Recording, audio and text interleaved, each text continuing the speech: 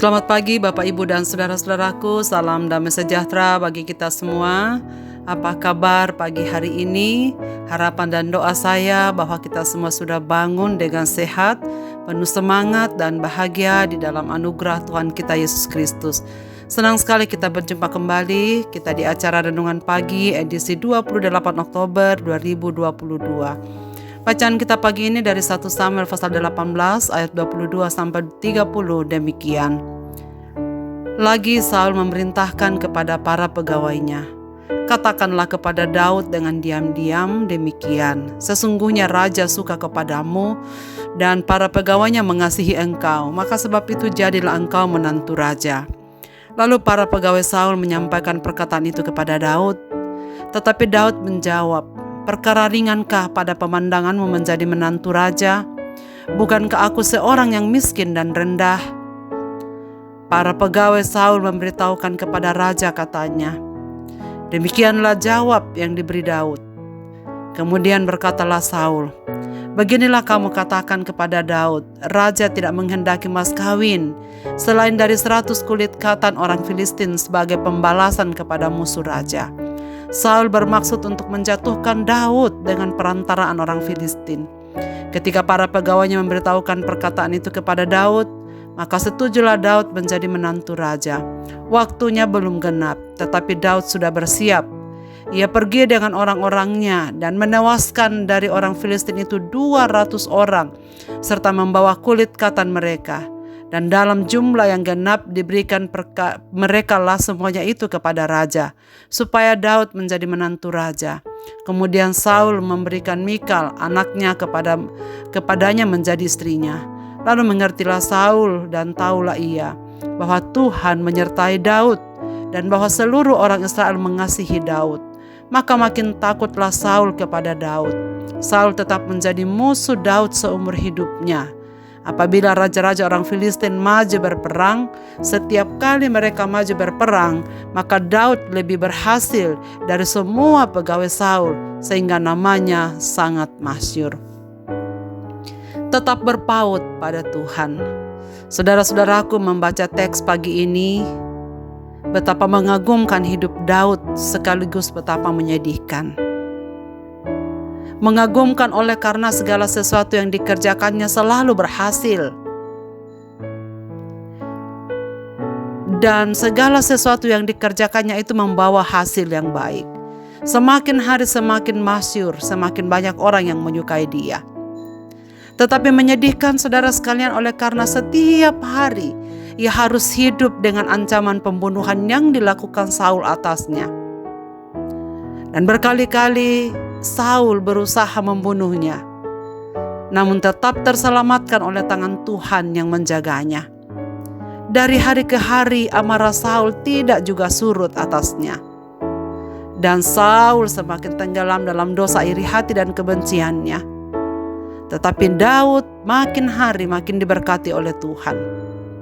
Semakin Saul berusaha menyelamatkan dia, semakin nyata pertolongan Tuhan atas hidup Daud. Di dalam ayat 21 dikatakan bahwa Saul terus berusaha melenyapkan Daud. Kali ini ia menjerat Daud akan memberikan anaknya Mikal jika membawa mas kawin 100 kulit katan orang Filistin. Tapi sebenarnya maksud dari semuanya ini adalah untuk menjatuhkan Daud melawan orang Filistin. Sebab bagi Saul lebih baik ia mati di tangan musuh daripada mati di tangannya sendiri. Saudara sekalian, apa yang terjadi bagi Saul 100 orang terbunuh? Tentulah ini jumlah yang sangat besar baginya. Menurutnya Daud tak akan dapat melakukan hal ini. Pastilah Daud tak mampu. Bagaimana mungkin ia bisa menewaskan 100 orang Filistin? Terlalu besar dan terlalu banyak menurut pikiran Saul. Saudara sekalian, tetapi sekali lagi, semua akal ini dilakukan oleh Saul supaya kematian Daud di tangan Filistin. Saudara-saudaraku, sekali lagi, akal busuk Daud gagal total. Sebab bukannya 100 orang yang terbunuh, tetapi 200 orang yang terbunuh oleh Daud. Jelas Daud menang atas peperangan itu. Dan persyaratan untuk membunuh 100 orang Dan ternyata Daud berhasil membunuh 200 orang. Ini menandakan bahwa tidak bisa tidak, Daud menjadi menantu raja. Sesuai perjanjian, Saul harus memberikan putrinya kepada Daud.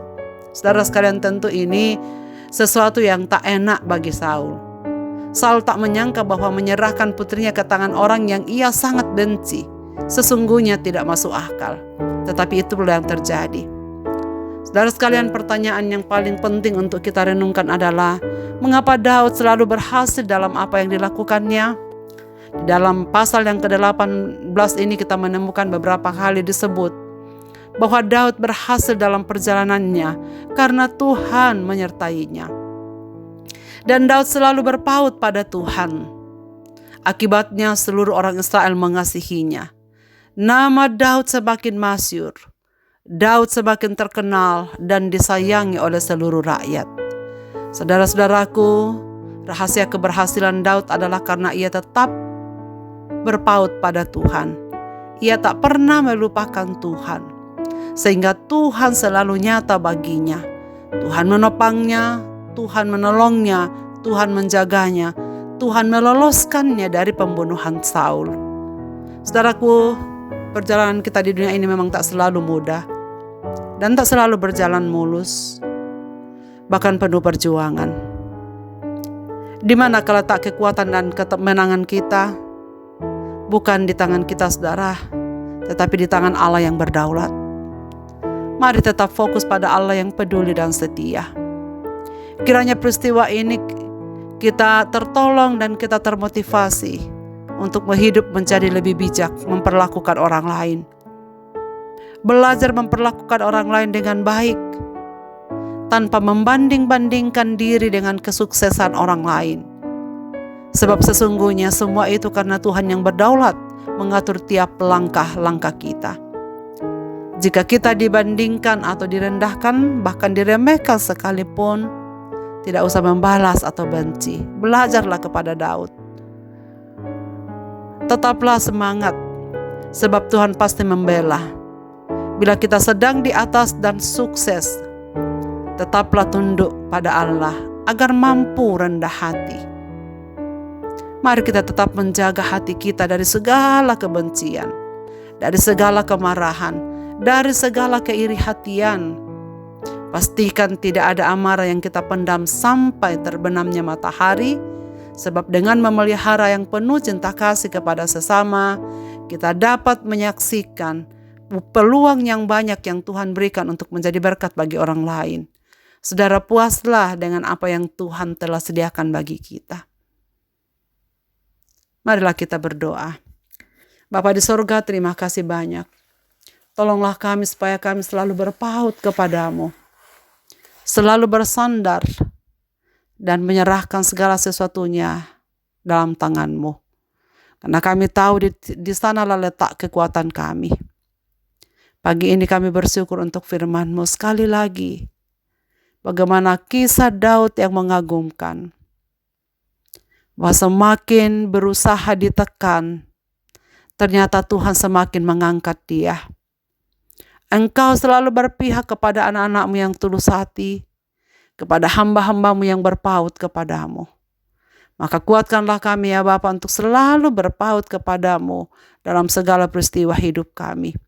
Kami sungguh tak mampu melakukan sesuatu yang baik kalau Tuhan meninggalkan kami. Karena itu ya Bapa di sorga, kami serahkan hidup ini dalam tangan-Mu. Hamba-Mu berdoa kepada segenap pendengar renungan pagi dimanapun mereka berada mendengarkan renungan ini. Berkatilah hidup mereka ya Tuhan. Kuatkanlah mereka menjadi anak-anak-Mu. Buatlah mereka sanggup untuk selalu berpaut kepadamu. Mengoreksi hati, menjaga hati, supaya kami memiliki ketulusan untuk mengasihi saudara-saudara seiman kami. Terima kasih banyak ya Bapa. Kami serahkan hidup kami di hari ini ke dalam tangan pimpinan-Mu. Dalam Kristus Tuhan kami berdoa. Amin. Selamat beraktivitas Bapak, Ibu, dan saudara-saudaraku. Tuhan Yesus memberkati kita sekalian.